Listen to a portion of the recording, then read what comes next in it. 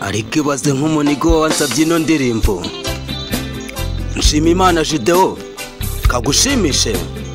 Indirimbo yitwa Monster, nanjye ndi Monster, intare mu gace, umutagatifu mu majyaruguru. Nagize inzozi ijoro ryashize zijya kuzagumana nanjye igihe kirekire, zijya kuzagumana nanjye igihe kinini cyose nzabaho. Twari turi kuba mu isi itarimo ububabare, twari turi kuba mu isi itarimo abantu bashonje,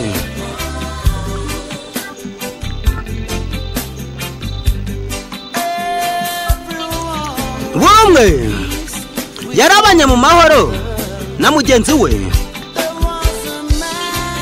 Hari umugabo mu nzozi zanjye yambwiye ngakomoka hazaza, ngagiye kumeza ikintu cyiza, ikintu cyiza, ikintu cyiza, kumereza ikintu cyiza, ikintu cyiza. Ariko ndabizi iyi nyamaswa imwe ipfuye haza indi nzima, iyi nyamaswa imwe ipfuye haza indi nzima, iyi nyamaswa imwe ipfuye haza indi nzima, igikoko kimwe gipfuye haza ikindi kizima.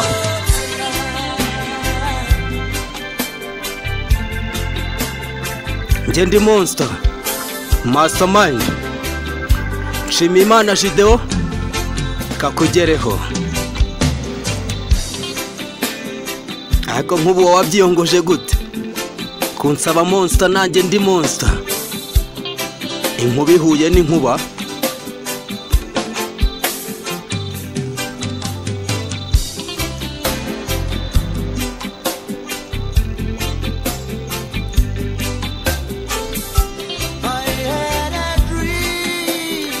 Nagize inzozi ijoro ryashize, zari inzozi zanjye, ariko ndabizi n'inzozi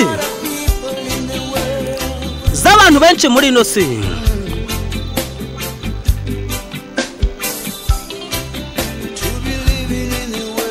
Kuba mu isi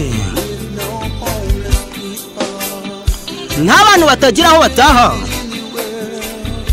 kuba mu isi aho abana batoya batagomba gupfa kubera ubukene bw'ababyeyi.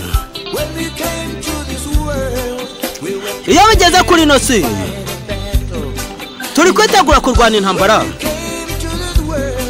iyo bigeze kuri ino si turi kwitegura kurwanya amadayimoni.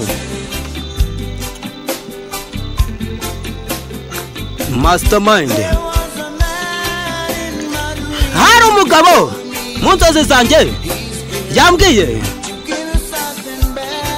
ngagiye kumereza ikintu cyiza, kumereza ikintu cyiza. Ariko ndabizi iyi nyamaswa imwe ipfuye haza indi ihumeka, iyi nyamaswa imwe ipfuye haza indi nzima. Njye ndi Monster.